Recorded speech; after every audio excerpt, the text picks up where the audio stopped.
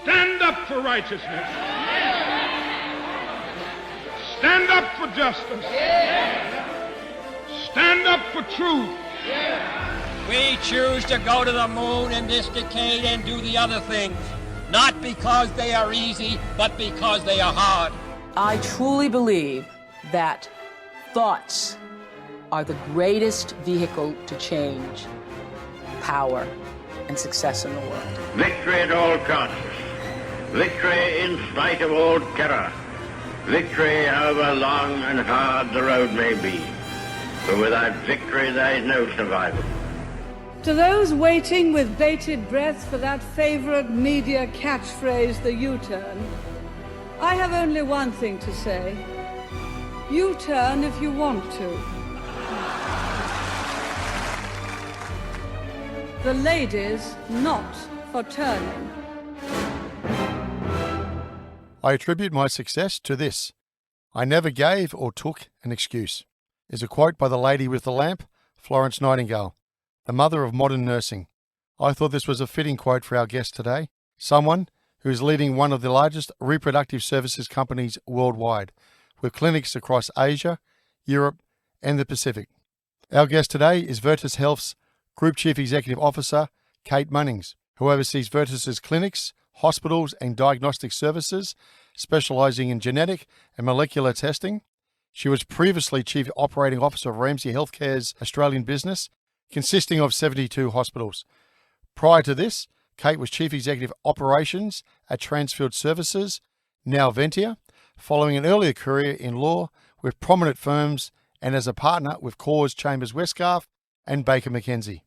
Alongside her role at the helm of Ventia Health, Kate is Chair of Digital Health Cooperative Research Centres and served as a board member for the South East Sydney Local Health District with New South Wales Health. Hello and welcome to another episode of No Limitations, a show where we speak to elite, world-class performing men and women and unlock the secrets and influences that have shaped their destinies and that you could apply to your own life. For our first-time listeners from all over the world, please don't forget to follow on your preferred podcast platform and share with your friends and colleagues. And for our listeners in Argentina, Ghana, and Turkmenistan, a big hello. I am your host, Greg Robinson, Managing Partner of Blenheim Partners, board and executive search firm.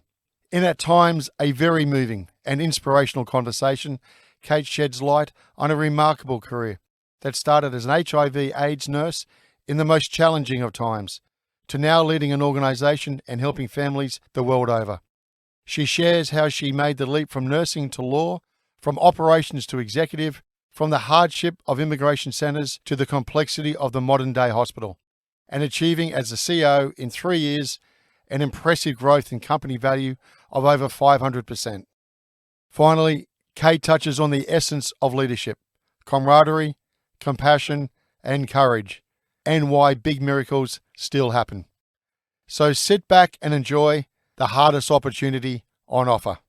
Kate, welcome to the show. Thank you. Thank you for having me. So 1 in 6 couples in Australia have experienced infertility. That's correct. What does that actually mean? It means 1 in 6 couples struggle to get pregnant. Like, we grow up as young people thinking we are frightened of getting pregnant. What happens if we get pregnant, particularly in times gone by? Yeah. But actually getting pregnant is getting more difficult, particularly as we have children later. In 1900, the average life expectancy was 42. Yeah, right, okay. And now we have, in 2023, the average age of our first child is 32. Our bodies have not evolved as quickly as medicine has kept us alive and changed to keep us alive longer. So that has created challenges when it comes to fertility, as well as, of course, lifestyle factors. So what are the lifestyle factors? Oh, geez. There's a lot of debate about the lifestyle factors, but I think they're mainly diet, exercise, the usual suspects. We never before carried phones in our pockets. I wonder whether there's going to be research in the future that identifies that as a challenge. We sit down. The sedentary life is not good for men.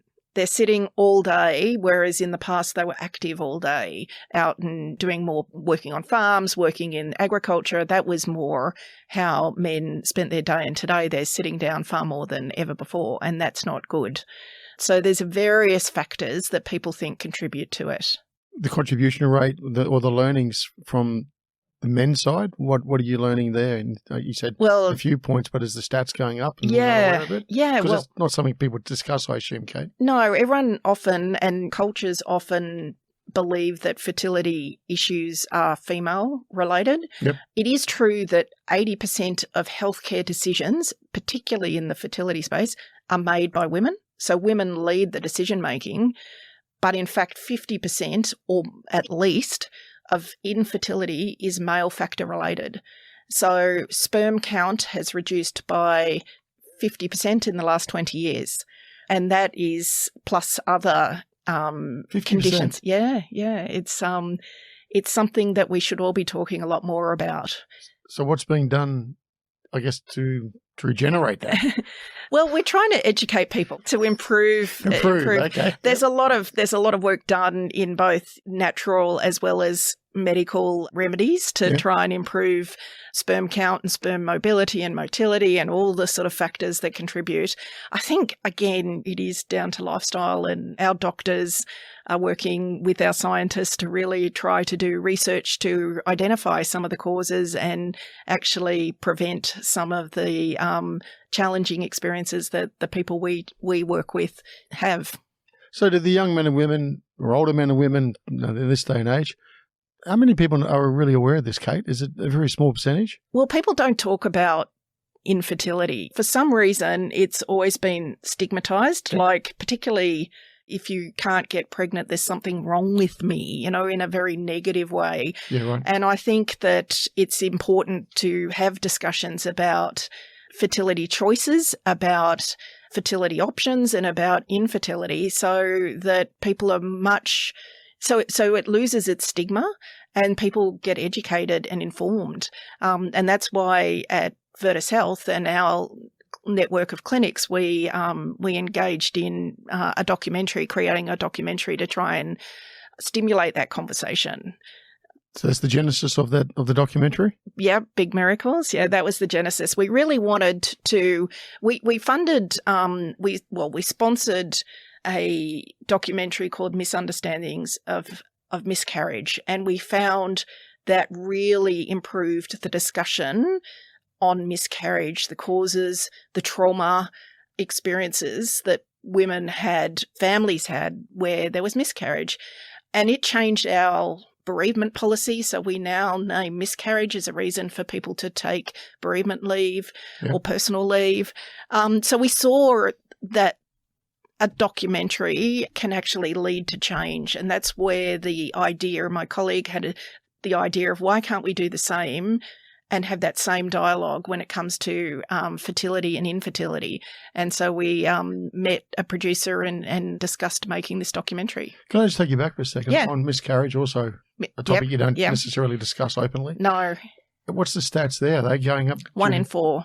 And is that going up and up and up, or what's that? It's been pretty stable at 1 in 4, but if you are like a lot of people who experience miscarriage, a lot of women who experience multiple miscarriage. So it is very traumatic for families, and there is a true grief process. And that's something I think people don't understand and don't accept. They sort of almost, particularly in the past, it was almost dismissed as, well, don't tell anyone you're pregnant and don't worry, keep it all a secret just in case. Yeah. Whereas actually you probably should talk about it a bit more and at least have some people that know you, that care about you, that know that you're pregnant. So if you do miscarry, if you are a 1 in 4, then you can get the right support, and including in the workplace. So, of course, in our workplace, we provide a lot of support, and we would always nurture anyone who's been through and show compassion to anyone who's been through a miscarriage. On the other side, Big Miracles. Yep. So when did it start, and who put it together, and what's the end aim of it all? Well, my colleague came up with the idea after we completed our support of the misunderstandings of miscarriage, and it just came together through the energy of our team. Our COO at the time and some of our business development team, they reached into various producers, and we found someone who had a lived experience who was really passionate about the topic, and we've really worked hard with them to make sure that it shows a diverse range of experiences and is documentary in nature in that it's educational and really informs the community. And we've had feedback that young couples who have gone through a fertility treatment, they're saying it's helped their parents understand what they've gone through and helped particularly that older generation where you just sort of had to deal with things. It's helped them understand it, talk to them with more compassion and support, and really started a conversation. So many volunteers? Yes.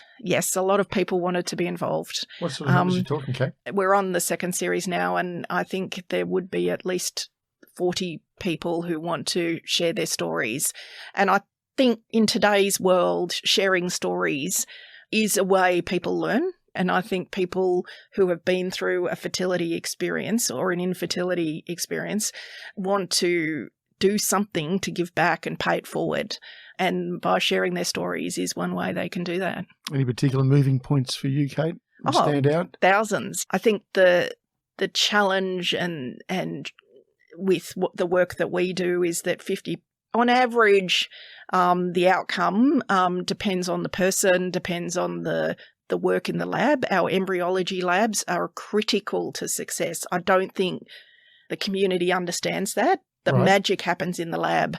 Right. And that's where we invest all our time and effort is in the quality of the technology and the embryologists and the people in the embryology lab where the embryos are created. I think despite all of that, there's still people who don't have the outcome that they want. And that's where it's often very sad and your heart breaks. But what we try to do is to actually give them closure and have an understanding of why they couldn't achieve the outcome they were looking for. But they're the stories that are always the hardest for me. You know, there's many diverse stories of families being created in many ways. You know, we serve every sector of the community. We provide specialist services to the Orthodox Jewish community. We're the leading fertility preservation service for the transgender community, those who are going through gender reassignment, for the Muslim community, for the Asian community. So we have a really diverse range of people providing diverse ranges of services. We sponsor the Pinnacle Foundation, so we have 3 scholars at the moment who are from the LGBTQI plus community who are working with us and being trained in different disciplines. We obviously we're part of Rainbow Family, so we are the largest provider of fertility preservation services for cancer patients.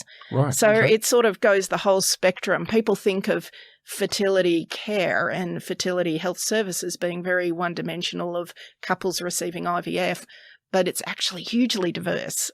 And you have to be culturally aware of what is appropriate for various cultures and respectful to them all. What's coming over the hill, Kate, in terms of new technologies or breakthroughs? Well, I believe that the next 5 years are going to be transformational in this industry. The technology and the application of artificial intelligence is going to have a huge impact. And the other aspect that will have a huge impact is genetics. 30, 40 years ago, mapping the whole human genome was so high in price that it couldn't happen. Right. Today, it costs $1,000, and we're learning more and doing more research in the genetic causes of infertility and how understanding people's genetics can help the treatment plan for those who have infertility or experiencing infertility. There's also technology in the application of AI. We have just finished the world first randomized controlled trial on the embryo selection algorithm that Ventia Health developed in collaboration with Harrison AI. And that was the first application of AI where you select the embryo most likely to result in a baby via an algorithm. How does that work? What do you Well, mean? it's they look at the micro changes in the embryo over a 5-day period by looking at the time-lapse video. Right. So it's what a human couldn't do, which is observe changes over a 5-day period every 7 minutes. And the algorithm's designed to do that. Now, what AI, I think, does in health services, and particularly in our organisation, will be clinical decision support. It will augment clinician experience. It won't replace a clinician. But my view is that a clinician who chooses to use technology will replace a clinician who won't. So that's my prediction. And we've developed the Precision Fertility digital platform, which has AI decision support integrated into it. It has the ability to synthesize data in a way where you can gain insights from it.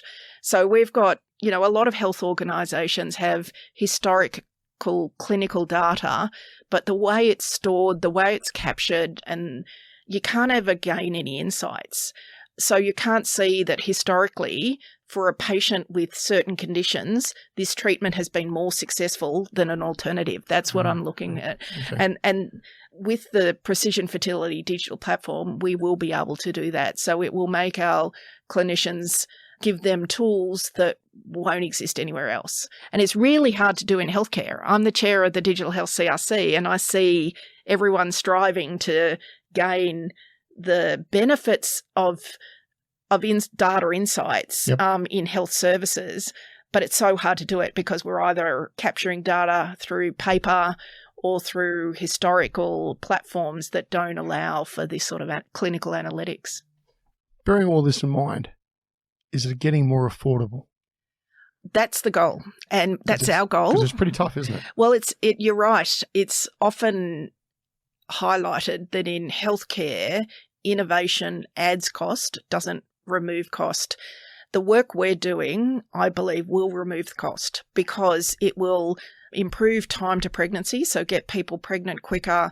Their treatment will be more personalised. Yep.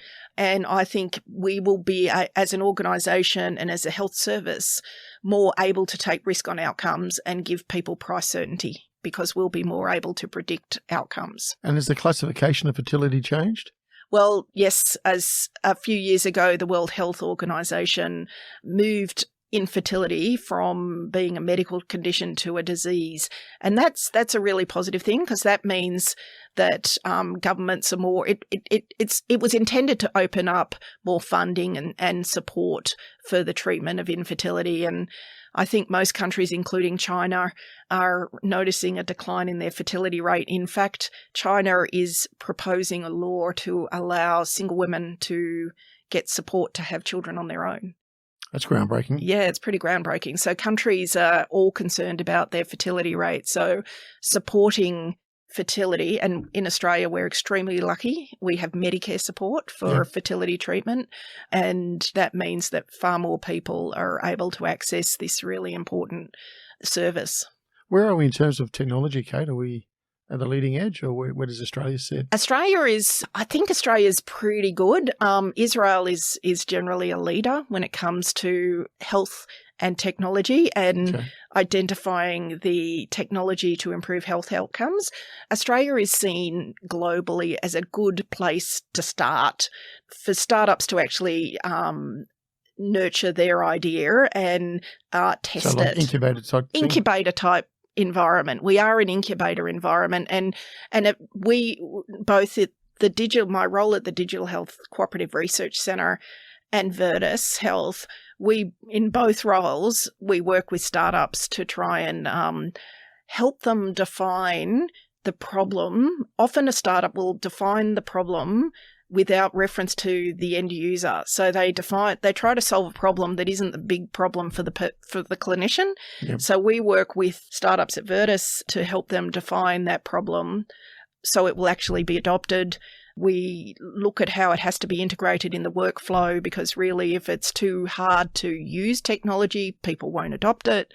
And we look at how do you get insights from clinical data. That's sort of the big contribution that a legacy company like ours can offer to a startup. We are at Virtus, we're the partner to the 10X at UNSW on women's health. And that's how we help them. We help startups navigate to find the problem that they really should be trying to solve and then commercialise it by working with a more legacy company that can help them steward it through. Do they need to go offshore for capital ultimately, or can they do it here? Well, sometimes, yes. It's all dried up. There used to be a whole lot of VC funding and that's all dried up at the moment. I tend to believe you've got to be constantly looking to disrupt yourself because otherwise someone will disrupt you. And so as a legacy company, I think it's really important, or a more traditional company, that's what I mean.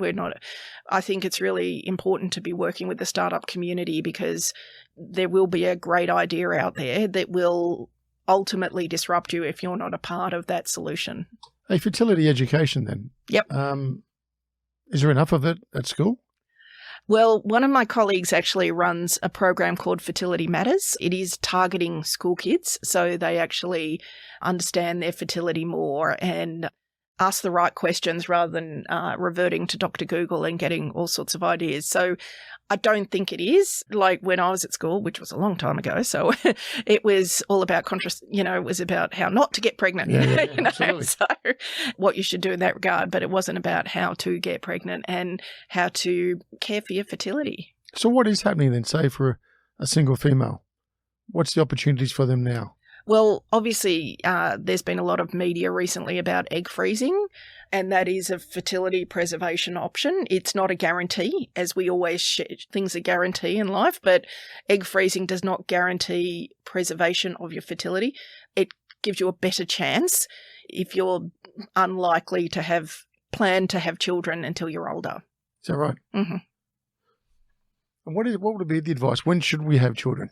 Like that obviously changed? Well, like what would be your window you'd actually recommend? Well, based on 120 years ago, we died by the time the average life expectancy was 42. Yeah.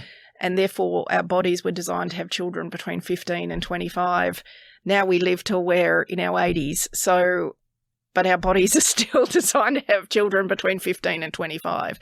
So eggs are the first cell that start to deteriorate in the body, and it's quite important that we think about it in that context. Like, you have to be prepared. You have to either be prepared to sort of consider preserving your fertility or run the risk of, if you have children later, there is a higher chance of you not being able to conceive. Kate, what's leadership to you then? And the only reason I'm changing so quickly, big responsibility. Yeah. It must be exhilarating working in an atmosphere where you're changing people's lives like you do on a daily basis. So how do you lead in that sort of environment? Well, I've always felt that it's important to fear not trying more than you fear failure. And that's something I remind myself. And so I've always tried to take the hardest opportunity on offer.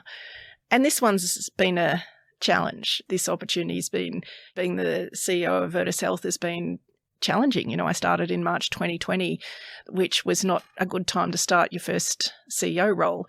But I think leadership for me is about courage. I've always felt you have to have the courage to take a risk. You have to have the courage to be vulnerable and, as I said, not fear failure. You have to have the courage to make the hard decisions.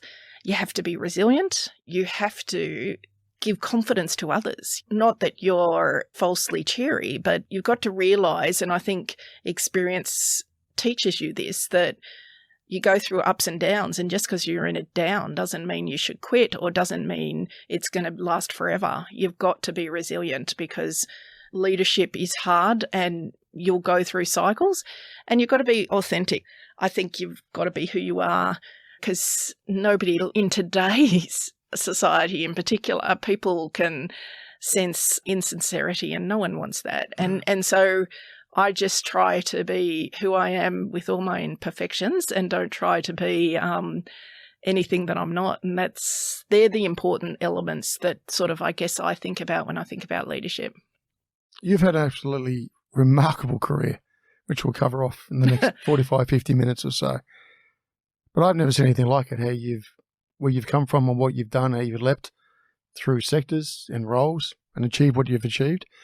But you started out with a heart condition as a young child, didn't you? Yep. So it was never going to be easy. So what was that? I was born with a pulmonary stenosis and an atrial septum defect, which is an old-fashioned hole in the heart. But importantly, my pulmonary valve was way too narrow, and it meant that I wasn't getting enough oxygen. So I was what they called back in the day a blue baby, because my lips and fingernails were blue, and I used to hide to sleep because I was oxygen deprived, and therefore it was, I got extremely tired. And back in the day, it was I had one of the early cardiothoracic surgeries. How old were you? I was 5 when I had that, and they told my parents I wouldn't survive, but I did. And then they told me I would be a runt, and I'm not. And then they told me I wouldn't work, and I have. And then they told me I shouldn't have children, and I did. So good doctor. So, well, it's just if I psychoanalyze that. They're trying to keep things safe for mum and dad, aren't they? Well, they're just, people will tell you the worst case scenario, but I tended, I think that sort of life experience at an early age taught my healthy disrespect for authority. And so I've often not listened to what I can't do. And that sort of built a sort of determination, I guess. Well, what did mum and dad do for a gig? My dad has a PhD in chemical engineering, and he worked in that field and then worked in early computing back in the day when they were the size of a room. And my mum's a psychologist. So she's a child psychologist and worked for many, many years at the Cerebral Palsy Alliance. So they must have been petrified watching their little girl get operated on. What, 4 in 10 chance in those days? Oh, something like that. And it was a terrible experience for them. As a parent now, you can't imagine what it must be like to see your child. I was in hospital for weeks and weeks, and today... In one of the old cribs?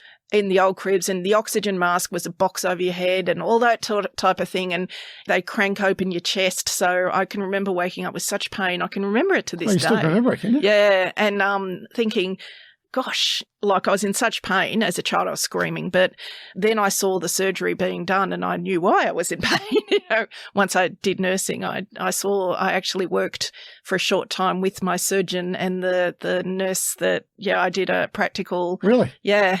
And I used to go to the hospitals and speak to people, teenagers or kids and their families who were having similar surgery after I was okay, and sort of just to give them the reassurance that it would be okay, because having heart surgery as a child is never good for a family. It's frightening. So having someone come and say, I've been through it and I'm okay, was something that, I really liked to do. So was that the reasoning behind pursuing a career in nursing, or? Partly, I had a lot of operations at a young age, so shark attack wounds to show for it. Yeah, pretty much. I've got the sort of zipper, as they call it, down the chest, and I was a bit of a rebel at school, so I didn't really work as hard as I should have. So nursing was an option for me, and I was in the first year of college nursing, so they moved from hospital nursing into college nursing, and I was in that first intake, which was an interesting experience. So it was fantastic. You were out of the house by the time you were 18, were you? I was. I moved out. Quite rightly, my parents was, if you live under our roof, it's our rules, and I wanted to make my own rules. So I moved out and worked. While I was at uni, I worked in an aged care facility. I worked in the Montefiore home at Hunters Hill, and I did permanent night shifts. So for weeks on end, I would do a double shift, and I would sit up and listen to the stories. At that time, it was a lot of people who had lived through World War II, and doing night shift, I heard some of the most amazing stories of terrible experiences. But it was, I think, with every experience you have like that, you learn so much. Yeah, but the takeaway is the inspiration to live, isn't it? The inspiration to live and the importance of tolerance, I think. My grandparents were actually German refugees to Australia. They were allowed in from Germany. They were Jewish. They've passed away now. And they were allowed into Australia when Barton accepted 10,000 refugees. Oh, yeah. And my grandfather used to tell me two things. One is that no group is all homogenous. Never assume everyone's the same. So his life was saved by a Nazi soldier. So is that right? Yeah. So I've written their story once, and so he used to always say that, and he used to always say that education is the only thing that no one can take away from you, because obviously when you leave a country and as a refugee, you only bring what you know. So they were the two big takeaways, and I think because my father's Jewish and my mother's Christian, my mother was always, it was important for her to teach us the value of tolerance. And that was something that was, I think, drilled into us as children, because had we been born in a different country in a different time, it would have been a very different experience for us. Gosh, because I think one of your early moves in your career, wasn't it dealing with AIDS patients? Yeah. Which at the time were very much stigmatised, weren't they? Yeah, I think, as I said, I've always tried to pick the hardest thing on offer, because I think when you're doing something really hard and really challenging, it's where you learn and grow. And so when I was working at St Vincent's... So this is the 80s? 80s, mid-80s, and they opened an AIDS ward. I volunteered, or I applied to work there, and I was the youngest nurse at the time allowed to work in that environment, which was extremely challenging. It was the time of the Grim Reaper, and when, as I often laugh when I think about, that was a pandemic when the frontline workers were not hailed as heroes. You were often ostracised, and it was a very difficult time for frontline workers as compared to, the frontline workers and the experience during COVID. What do you reckon was the big difference there? Was it just absolute fear? I think it was fear. I think it was easily stigmatised, and it was at that point inevitable death. So I think they're the reasons why there was such a community reaction to it. Like, COVID was less discriminatory, whereas AIDS and HIV targeted already groups of people that were maligned by society. So I think it was easier to sort of box them. Yeah.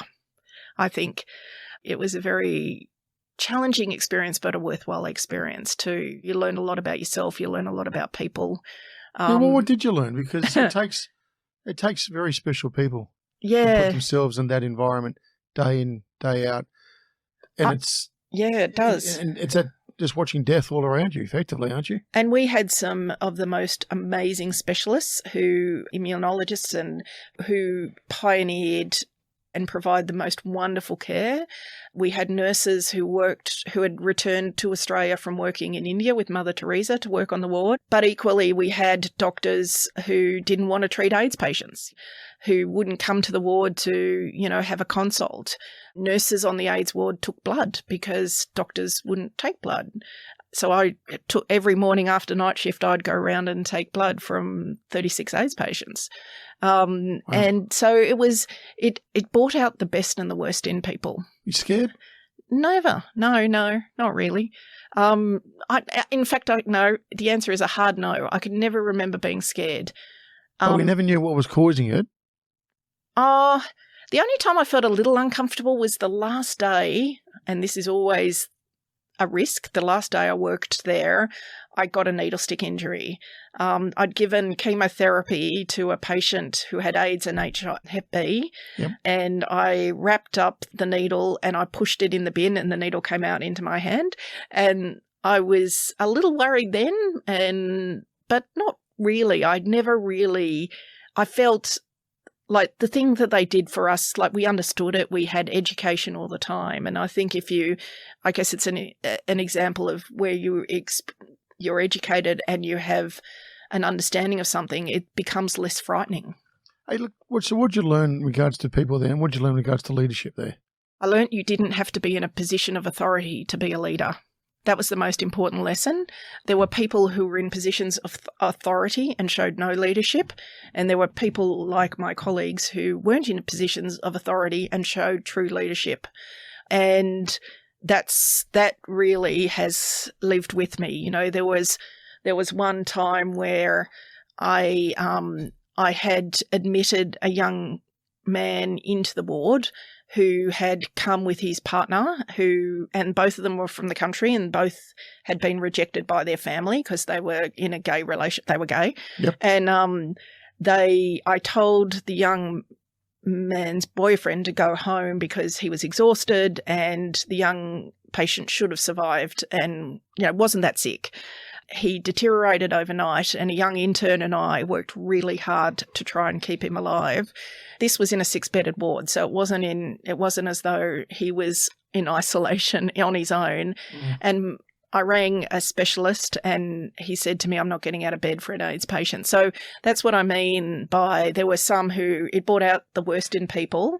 It was not one of the AIDS, the doctors that worked on the ward. It was an external consult that needed to come in, but the intern and I tried our best, and when he died, I had to ring his boyfriend and tell him that he'd died, and that was probably one of the worst experiences. And he was as gracious as you could ever imagine, and I would have preferred it if he'd yelled at me and been really upset that had happened.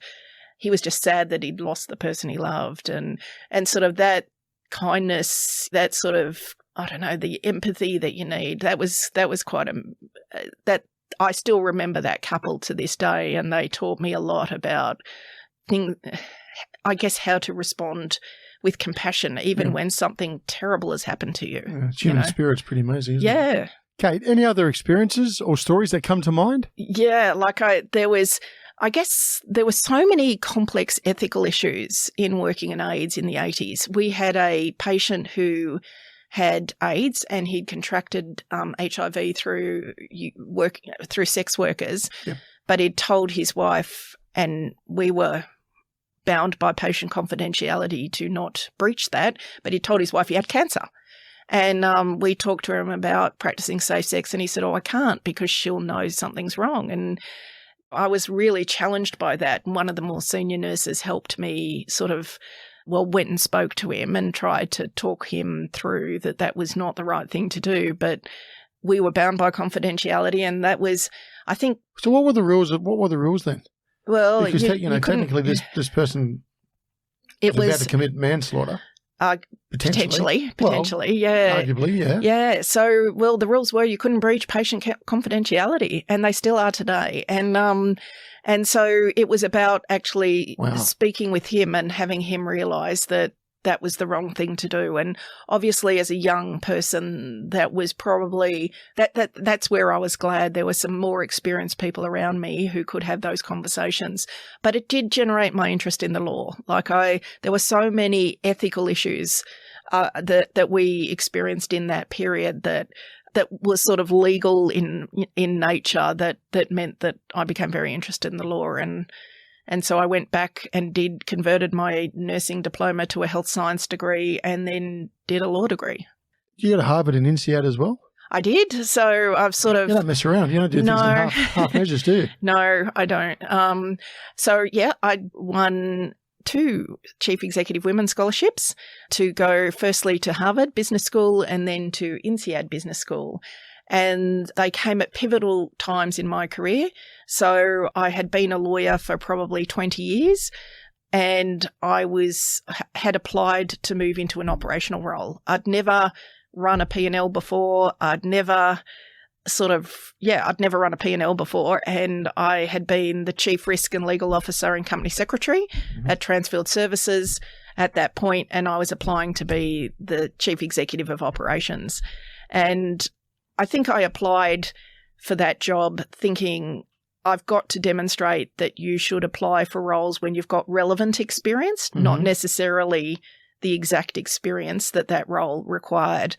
I'd actually been company secretary in the boardroom when the board had said, we need someone who's an operator's operator in this role, a deep operation person. And I wrote a submission as to why I had the relevant experience. And the managing director called me into the office sort of 3 months after I'd written that submission to the board. And he said, be careful what you wish for because you've got it. And I... You want to say that company name? At Transfield Services. Yep. So that was at Transfield Which was going through some pretty tough times. Well, that's right. So I wrote about my experience in my submission to the board. I wrote about my experience in AIDS and how that prepared me for an issue that divided the community, because one of the contracts that Transfield had at the time was providing the welfare and facilities management services to the offshore processing centres on Manus and Nauru.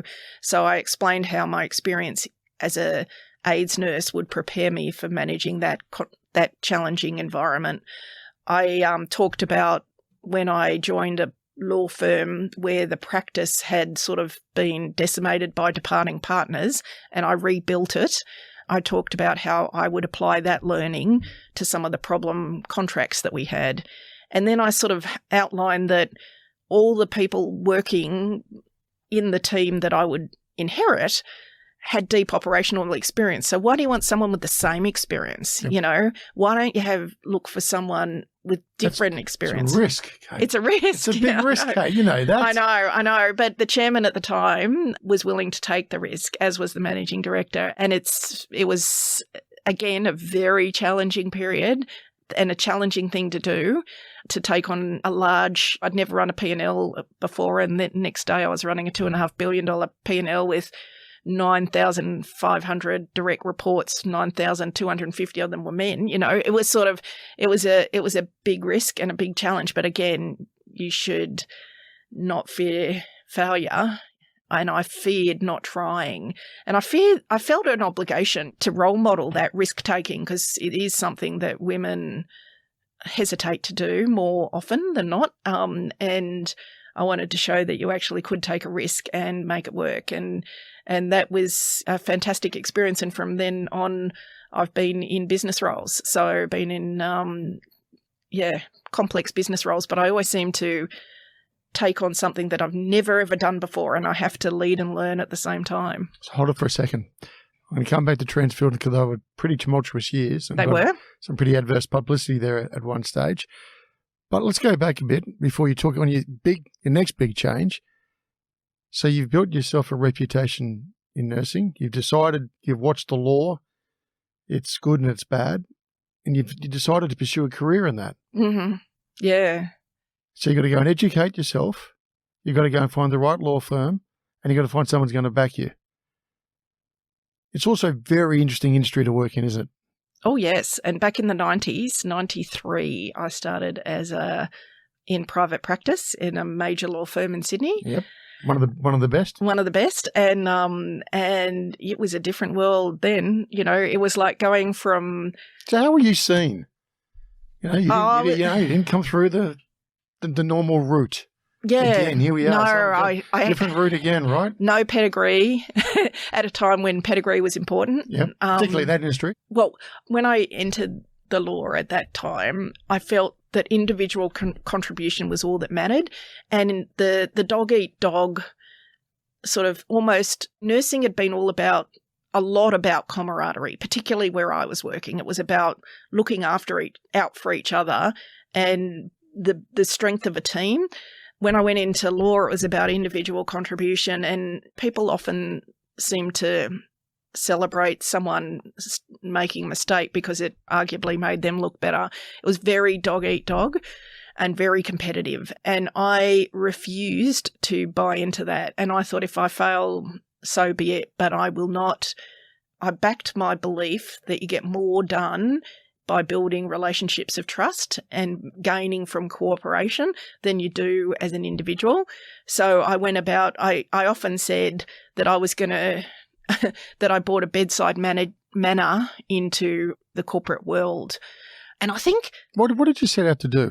Like, I thought I would... You sound like you're getting despondent about what you're seeing. Yep. So I can do something about it. That's part of me that's about.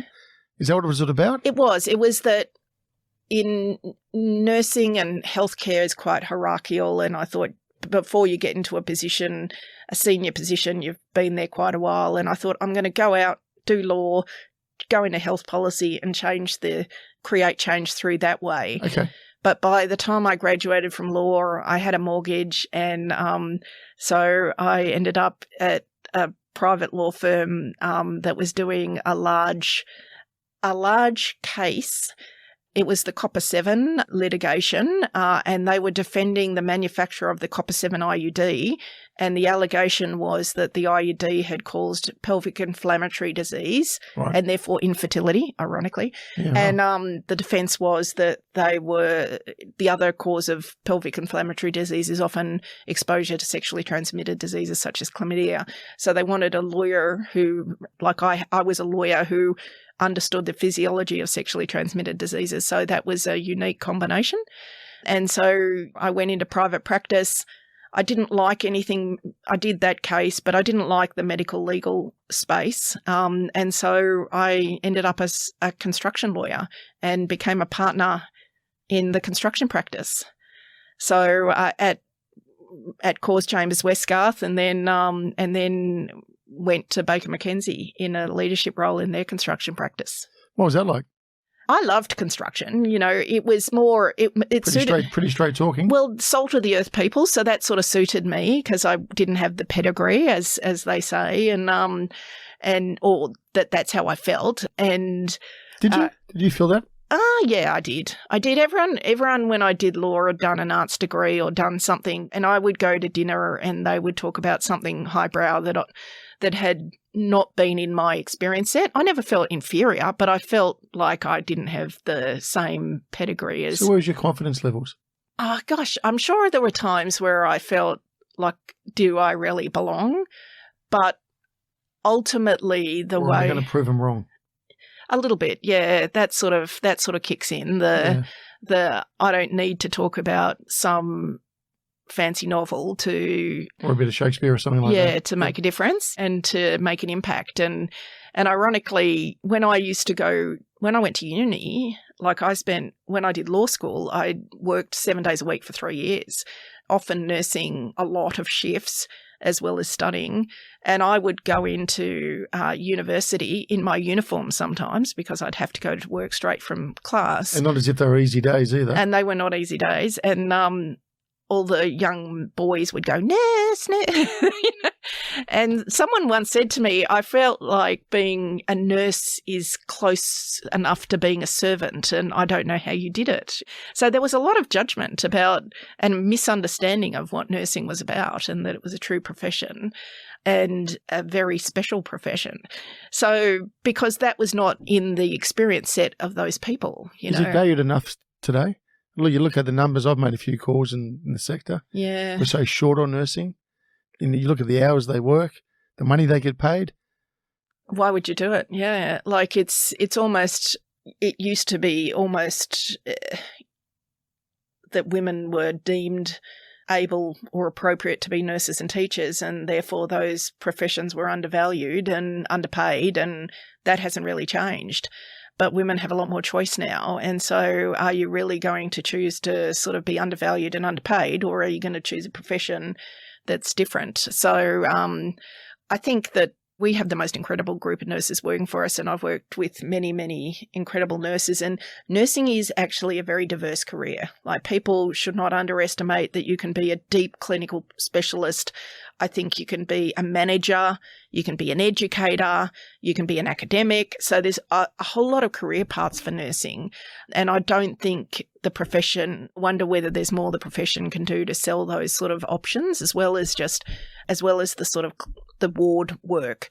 So that's something that we try to do, is create multiple career paths. And yeah, I think that's something healthcare organisations need to do, is create career paths. So if you want to be a deep clinician, I also think that some of the work being done by the Commonwealth with the Medicare sustainability is about expanding the scope of practice. Like, nurses could do so much more than what their scope of practice could be so much broader.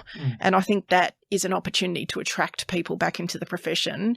In the past, often the fee-for-service model and Medicare funding encourages doctors or other healthcare professionals to do certain tasks that nurses could do. Block funding. You get a fee out of it, don't you? Yeah. So I think that the government is very focused on expanding nursing scope of practice by more block funding primary care. That's been the most recent release. So I think that could be something that I'm hopeful will make nursing a much more attractive career. Okay. So there you are, once being a nurse, and next thing you're mixing it with the rough and tumble of construction. Yes. Some dodgy stuff happens there. Not really. Not really? I found construction quite an honourable profession, really. In fact, I married my main client. So I have to say that. It's a client retention strategy you can only use once. But, I did marry my main client, which at the time was not unusual, but a little controversial. And I found it's different today, but I found a lot of the building company, it's a tough game. Tough game. Massive risk for sometimes very little return, isn't it? Exactly. Why Very would little you do return. it? Yeah, very. It's tough. And the union environment, the industrial environment is tough. Getting a skilled workforce is getting tougher, just like other industries. And it was, but construction law was like, it was like a jigsaw. It was a puzzle, and it was all about problem solving. And I think trying to, without a lot of optionality, solve those problems was a really important skill to learn, because that's really what it was. It was problem solving. You had a contract, you had an issue, and you had to solve that problem. Or you were writing a contract trying in a way that was clear enough so people didn't end up in having a problem.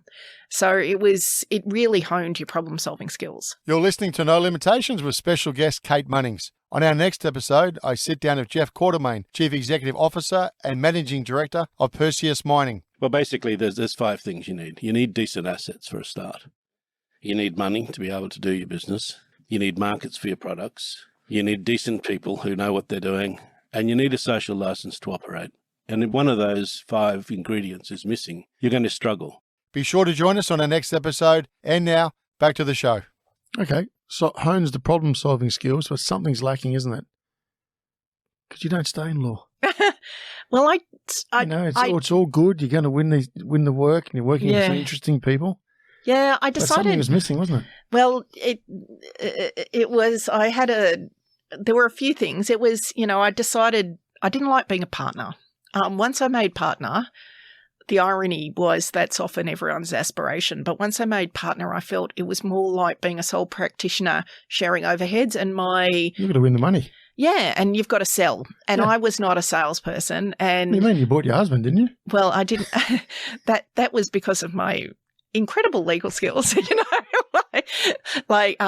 but it was more, and it was more being a sole practitioner sharing overhead. So I preferred being part of a team, and that's why I applied to be the General Counsel and Company Secretary at Transfield Services, which was ironically. Were they a client of yours? No, they weren't. Okay. They weren't.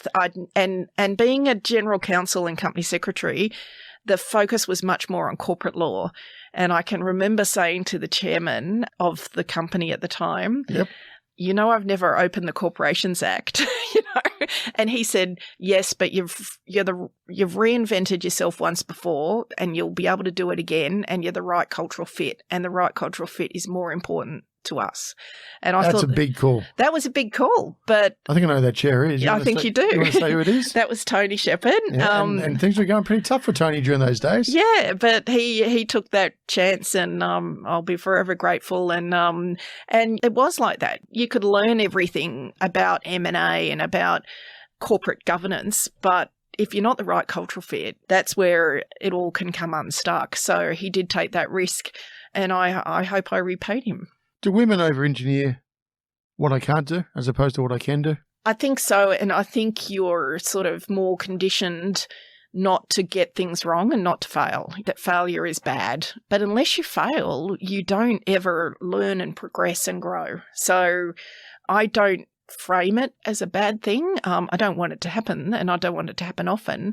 And I've made mistakes, but there is nothing that I regret. All right, so what'd you walk into? I walked into a company that had previously been private and then had listed and household name. And we were migrating from being sort of a private company to a listed company and all the corporate governance that comes with that. As you say, it's not high margin work. There was a lot of M&A. I started in There was a lot of M&A. We did a lot of M&A, including moving into the US and into Canada with a major joint venture, into the Middle East. So a lot of international M&A. And it was an exciting couple of years. So I started there in 2006, but in 2008, there was the GFC. And that presented a whole set of challenges. You've got a crisis in front of you. Yeah, we've got a crisis in front of us. People have margin loans. Share price is tanking. FX is tanking, like the Australian dollar against the US dollar, and we had an exposure to the US dollar to US, and we did a very dilutive capital raising, which is on the record, and that was a really, really tough time. So why'd you stay? This is when a lot of people leave the ship. Yeah, but you can't. If you think you can get away from difficulty, then you'll never end up anywhere. You'll never stay anywhere. Like, I really, really like the people. I really like the challenge. And I was lucky, being general counsel, company secretary. We went through, I had a role which was important and present, but I always felt like I was on the sideline of a footy game and I wasn't on the field. I didn't have the pressure on me. I was there advising, supporting those people who had the pressure on them. And so what I did... You can see the train wrecks happening, you can watch it. Well, you can watch it. And this is where, if you're watching really carefully, you learn what to do and what not to do and how to behave and how not to behave. And you see people that you want to aspire to be and people who you do not want to aspire to be. You see it all. And if you're watching really carefully. And after the GFC, I put my hand up to create an enterprise risk management capability in the company and an internal audit capability. And then I put my hand up to take on procurement and media and communications and then eventually commercial management. So I sort of took... So the big point is you're putting your hand up. I'm putting my hand up, even to run reception when the customer service wasn't. Every opportunity to learn a new skill, I said, I'll do it. And at one point sort of felt that I had... And I think it was because I would go and try and negotiate a solution to a problem contract because, as I said, I was on the sideline. I wasn't on the field. And so I don't carry the emotion and pressure of I've got to solve this. Yep. So you come at it with a more clear mind. And I was able to negotiate one of our problem contracts from a hard dollar contract to an alliance. And you could achieve a lot from that role. And having run onto the field when I took a P&L role, I do know the pressure is very different. So, Transfield gave me such a diverse range of experiences through taking on so many different roles. Well, come on. So you've run onto the field. I ran on. So then I applied to be the Chief Executive Operations of the largely government contracts, highly complex, including, the offshore processing Come on, centre. talk us through those. And I ran onto the field and suddenly the pressure's all on my shoulders and it's a very different experience. That's when I won the scholarship to go to Harvard. And it was interesting being in the US because I kept saying often these courses you're trying to, you're working with a home team, a group of people to sort of solve your challenges. And my challenge that I wanted my colleagues at Harvard to help me with was I'm moving from a functional role to a P&L role. And, the best thing they did was go, so what? That happens here all the time. Lawyers become CEOs or they move into a... You've run a budget. You can, it was like the so what made me think, oh, it's in Australia where it often doesn't happen. But over in America, it's quite often that people move from function. In fact, it's encouraged for people from operational roles to move into functional roles and vice versa. So I came back with a new lease in life and a renewed confidence, I guess, that I hadn't done the wrong thing. And I had to win over my direct reports who were all sort of men who had worked with me as the general counsel, and suddenly I was their boss, and I think they were horrified. Yeah. Okay. So how do you go about doing that? I think, again, by working really hard to build relationships of trust and cooperation, and by being honest. In fact, I think the thing I focused on was showing that I care about them as humans, as people, and that's the sort of, I guess that comes from my nursing background because it's actually authentic. I do care about them.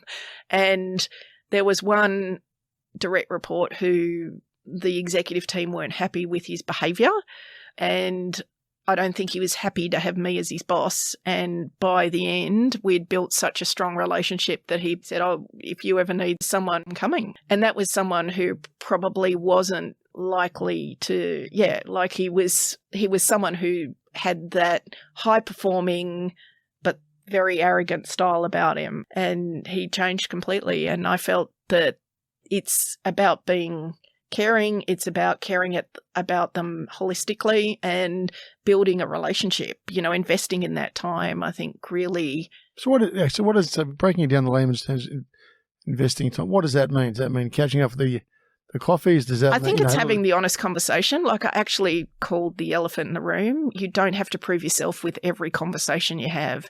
You've made it. You're successful. You're really good at what you do. You do not have to prove it every time. And when you slap someone verbally, it's humiliating. And I once did it to him and said, see what that's like in a public forum to be verbally slapped down is humiliating. And it's just not how you get the outcome you're looking for. And so it's just being honest, I think. And that's sort of like it was a risk because when you're honest to people, they can not like it. And it could have caused the relationship to deteriorate, but to his credit, it improved the relationship. And I hope that it helped him develop as an executive. Okay. So you had a couple of little projects ahead of you at the time. You had government breathing all over you as a business. Senate inquiries, death threats, all that type of thing. Yeah, it was really hard. So talk us through the complexity. This is immigration centres, etc. So this is not easy stuff. Yeah, so we had contracts with two governments, the government of Nauru and the government of PNG and Manus province.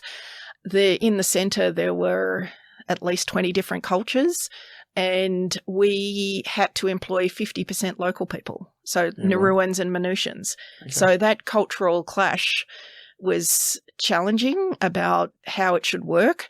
And there was obviously a lot of politics at play.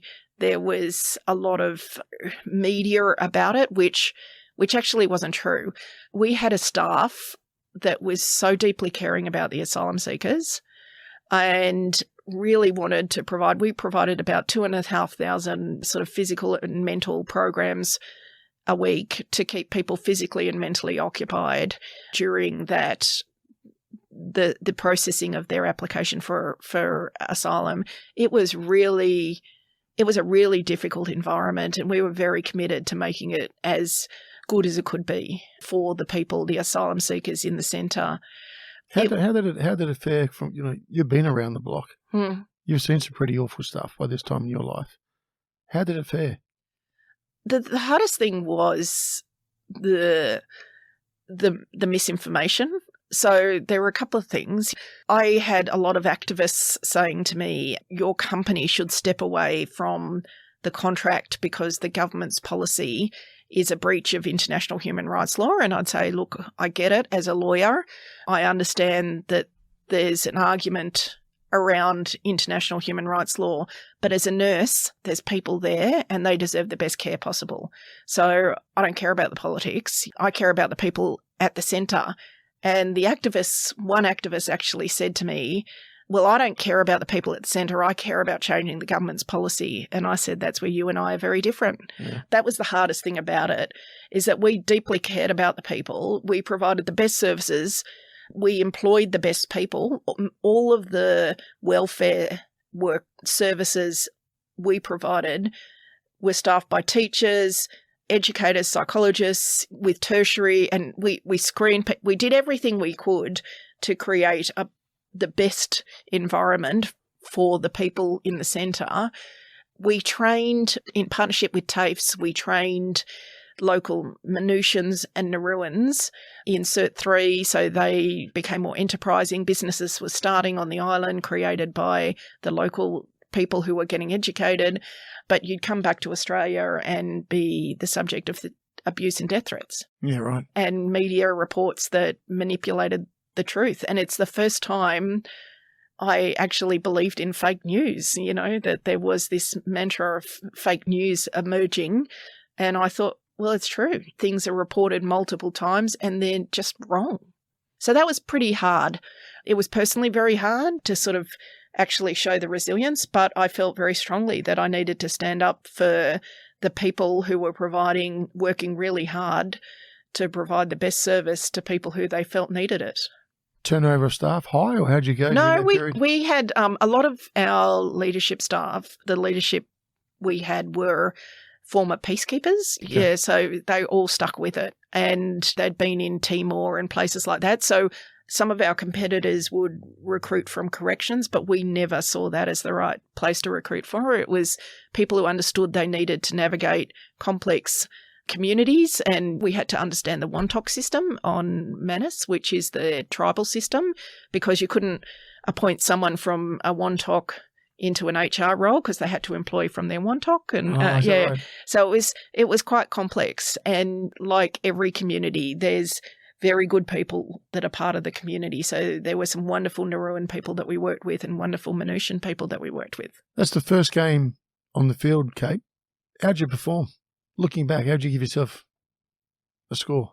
I thought I did all right. Senate inquiries were very challenging as a first experience, but I think we did okay. Like that was just one contract. Like I did the NBN rollout, we managed the defence bases, social housing. So it was a lot of complex contracts. So, and that was just one. So it was, I look back on it and feel like it was a very positive experience. And I think I left the organisation and my first P&L role in a better place than when it started. So you want to leave something in a good place, not just because you're there, but because of what you have taught others and left behind. And I felt pretty good about it. And I thought that the controversy around that contract at the time might have made it hard for, make you almost unemployable, because it was so controversial. But ironically, people saw the complexity and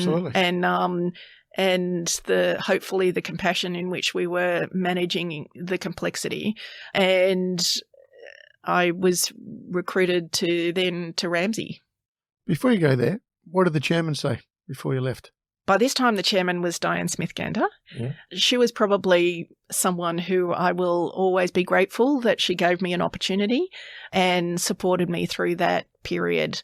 So she was very positive when I left, and we still are in touch to this day. Okay. Ramsay. Big business. Yep. Never run a hospital before, and suddenly I'm running 72. What's new? So look it up on the way home, wouldn't you? Yeah. And look, I think was somewhat affordability was becoming a challenge in health, and having run a business that is a very low margin business and had to, I was trained in lean, which is something that was really, I applied in health, and really, I think bringing some of the learnings of how to be more efficient and get things done in a different way was something that Ramsay were looking for. So when I joined Ramsay, there was a lot of pressure from health funds because of the rising premiums and the people leaving private health insurance. Yep. And so there was a pressure to become more affordable both for us and for the health fund. So that was a focus of my time there. And how you drive sustainable efficiency in health services is by harmonising, digitalising and automating. And healthcare is notorious for doing the same thing multiple different ways, and Ramsay was no different. So how'd you go about solving that problem? We developed what we called the Evolve program, which was we looked at benchmarking similar services and identifying best practice and everyone moving to best practice. And that was one aspect. We looked at what transactional HR and finance could be done more as a service centre. We looked at how do we work on our service lines. When you run 25 mental health facilities and the health funds ask for what's your mood disorder program, and 25 different mental health services write 25 different mood disorder programs, that's not the optimum way. You could actually bring out a group together, create one, share it across the 25. So it was just about thinking differently. And to be honest, the autonomous way healthcare had been set up in the past was right for the time. You run your hospital like it's your own business. You grow it like it's your own business. And that sense of ownership was right for the time. But once affordability comes into play, you've got to all migrate. You've got to share more and harmonise more and work together as one, a network, rather than as a series of small businesses. And that's what we did. How do you deal with resistance? Oh, that was hard. You know, the biggest problem Because that's notorious too with healthcare. Oh, it's massively notorious. I think I spent a lot of time talking to people and trying to explain the why this has to happen, and how you can contribute. And that's where Lean was so important, because Lean is about the people who are actually doing the work, solving their problems. So we created obey rooms in every hospital, and the cleaners were suddenly listened to. And people were saying, because everyone went round and talked about, they set a set of KPIs as a group, Yep. and you measured how many times you cleaned a room, and suddenly the cleaners had a voice. They were saying, well, hang on, you don't tell me that patient's being discharged, therefore I clean the room and then they get discharged and then I've got to re-clean it, and that's waste, and that's what you're trying to eliminate. Yep. And so it suddenly created this sense of team, and everyone was working together and understand what every person did in the service, and they were all working, trying to solve their problems. So it was I think that helped the engagement, but change is really hard in healthcare. The challenge is it's not going to make everyone happy immediately. And I think what you need, the most important thing in leading change, is cabinet solidarity, because there will always be resistance, and once people sense a chink in the armour, that's where they'll go. Yeah, so that's what I learnt there, was that unless everyone says, right, this is what we need to do, and we'll have a robust debate of whether it's right or wrong in the cabinet room, but once we get out there, we may disagree, but we'll commit. That's the only way you actually succeed in leading change. You mess around if people don't commit? I guess it depends, but you try to sort of talk people round, and you try to sometimes, you can't convince everyone, and sometimes you've got to convince the person that person listens to the most, and find other strategies, because there will always be resistance. But ultimately, if people won't commit, some people do need to move on. And that's what I've really come to understand. There's some people who cannot cope. It is just too stressful. They won't succeed, and they're better off to move somewhere else. And that's not a bad thing. No. Probably in hindsight, they appreciate the often time. They do. Yeah. They do. They often, when the world changes around them, they're better off to sometimes go and try something new and something that is more comfortable. Even though that in itself is a change, they feel like it gives them back control. So it's better for them. Virtus Health. Yes. All right. What actually is it? What's the history, and what made you go to that organisation? Virtus Health is a network of IVF clinics, assisted reproductive services clinics, because we don't just do IVF, and it's the 5th largest in the world. And it includes, in Australia, IVF Australia, Melbourne IVF, Tas IVF, Queensland Fertility Group, and we've got Virtus Singapore, IVF Singapore, we've got Trianglin and Allguard in Denmark, and Sims Group in Ireland, and Complete Fertility in the UK. So we've got a series of brands, and we're the 5th largest in the world, and we're the largest provider of reproductive genetic services in the Southern Hemisphere. And when did you join? I joined in March 2020. And middle of COVID, maybe? Just at the beginning. So Fancy that. Another challenge for you. The day that the Prime Minister said, everyone just stay at home, was my first day. We couldn't stay at home. And it was a super challenging period to, again, having to lead and learn. What were you walking into? What was the remit, Kate? Well, we were locked down. We were shut down. So there was a suspension of elective surgery. So within 3 weeks of starting, I had to negotiate a liquidity pathway with our banks. I had to present on the future strategy for Virtus. We had to stand the staff down and make an election between JobKeeper or the viability guarantee, because we also run 7-day hospitals. So there were 2 options, government support options that we had to assess. And it was really, really hard. There were different people who, like any crisis, it brought out the best of people and the worst of people. So some people tried to take advantage of the crisis, some stakeholders, others were absolutely wonderful. And it was a very difficult time. We had to communicate, put in place COVID safety protocols, which was something very new to everyone. Mm-hmm. And I had to deal with a board who didn't know me, I didn't know them, and we couldn't meet. So, in face-to-face. So, why did you take the role?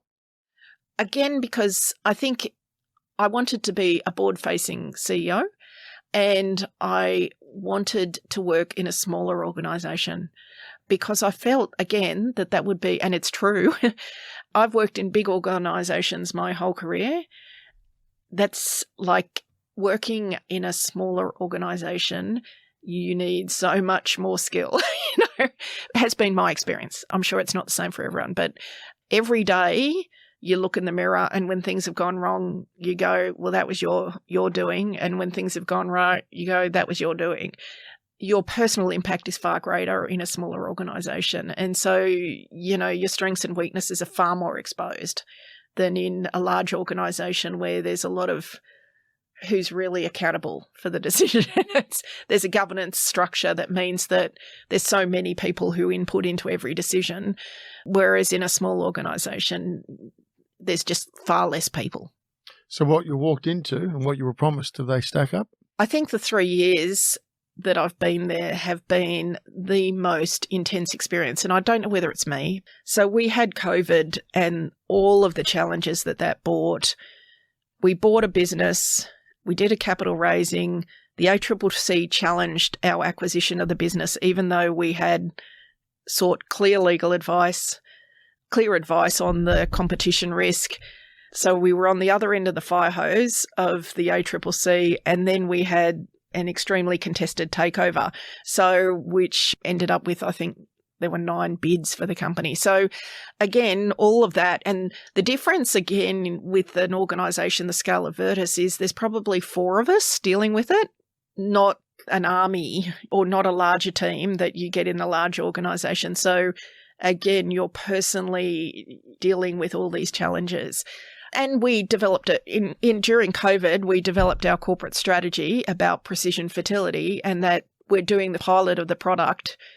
So we've sort of delivered a lot of the strategy, which I guess contributed to the contested takeover. So what did COVID do?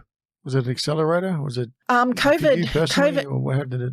COVID caused a shutdown initially, and we had to make a call as to how long it was going to be. And one of the board members said, it's going to be 6 months, it's going to be 6 months. And I said, I've just come from running private hospitals. They do complex procedures. If all that surgery is shut down for 6 months, we'll have a much bigger crisis than COVID. So we made a bet that we acted on the belief that it would not be a long shutdown.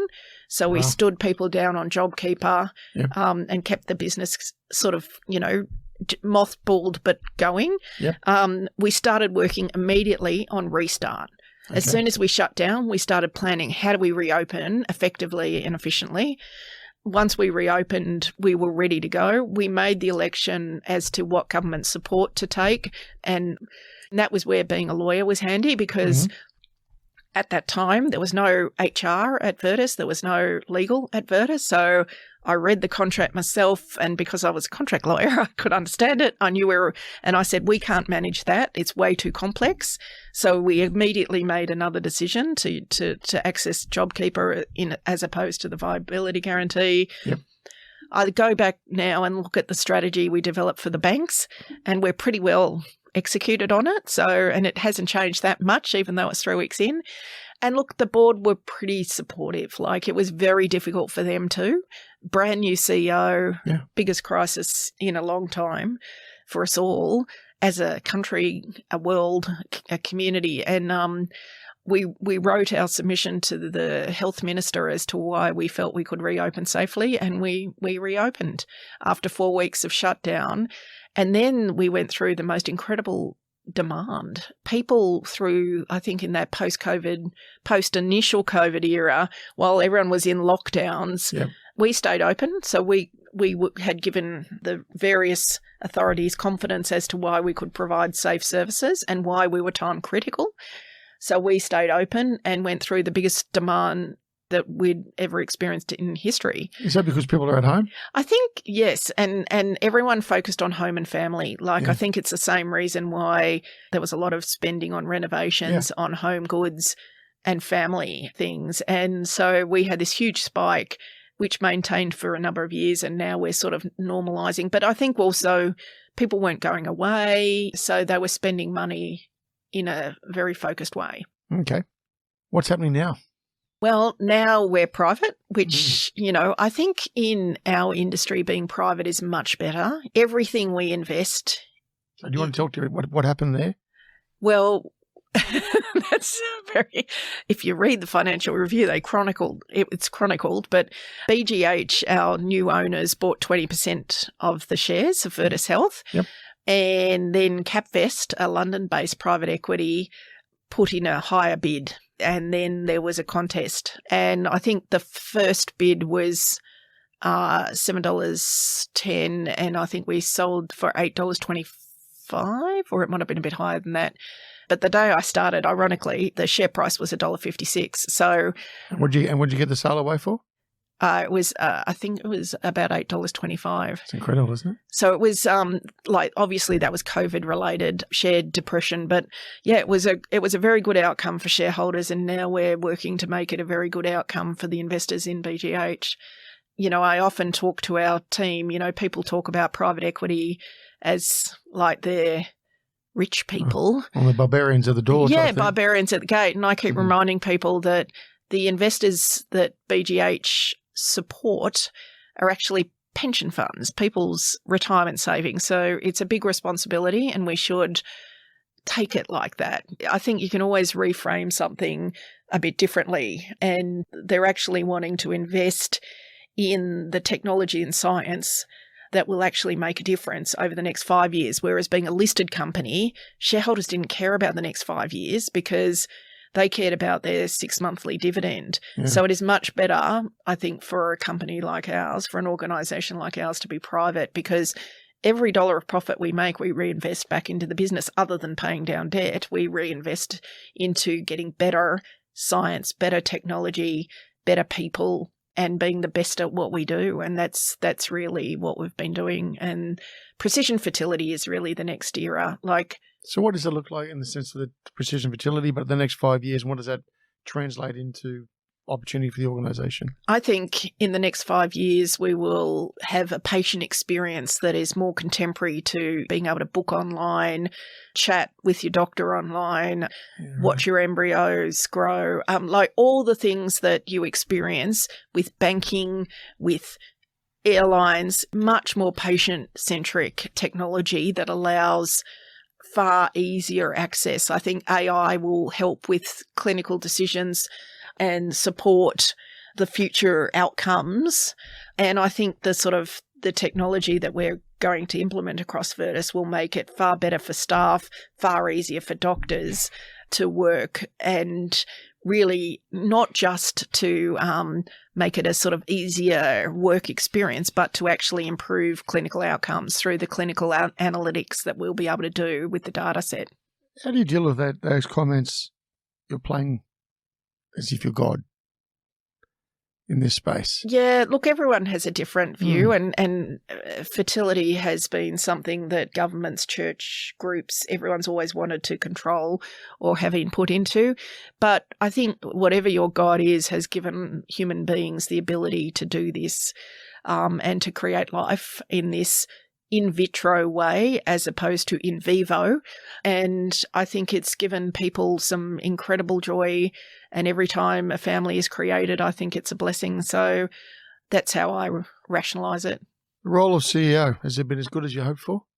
Has it been more challenging than you anticipated? I think when we were listed, I think one of the joys of being a CEO was the relationship I had with the chair. Yep. We were a team, and not in a hold hands and skip down the road team, but in that true ability to constructively challenge each other. And without her support, the last 3 years wouldn't have been the same.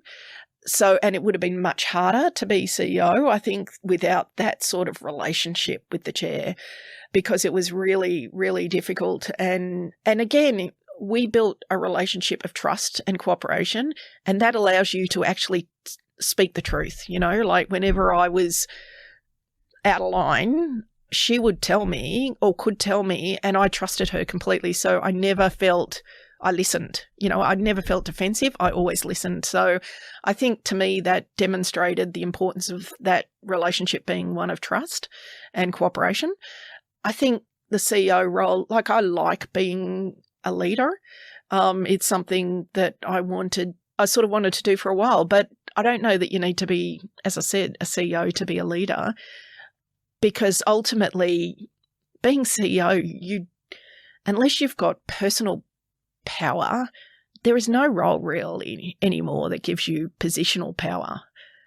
Young people, they just don't accept it. You need to have personal power to influence people. And I think that's the thing that means that being CEO is good, but it's not everything. Personal power. Yeah. How's yours developed in the last 12 months then? Because you got... Yeah, I think... listed. Yeah. You've got sale. You've got government forces. You've got this big industry you're in. And you're changing people's lives just to do your business.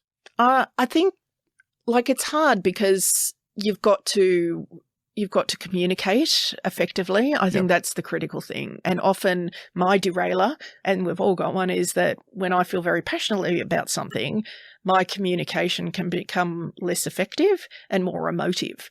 And so my personal power has been all about controlling that. And passion's good sometimes. Passion can be good, and anger can be good, and being, sort of showing no emotion can mean that people don't. I think the occasional outburst can focus the mind, but if it's too much, then people desensitize to it. And if it's too emotional, people will dismiss it. So that's something I think, as far as personal power, I've had to work on. I've had to work with new owners. I've had to work with, build new relationships, and that's like starting again.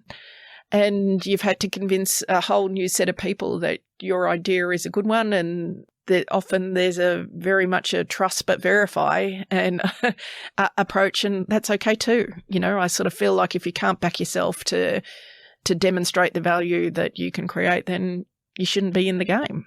What's next for you, Kate? Oh, I don't know. I think I've accomplished everything that I've always wanted to. And what's next for me is creating, what's important for me in being CEO now is creating an environment in which other people can reach their potential.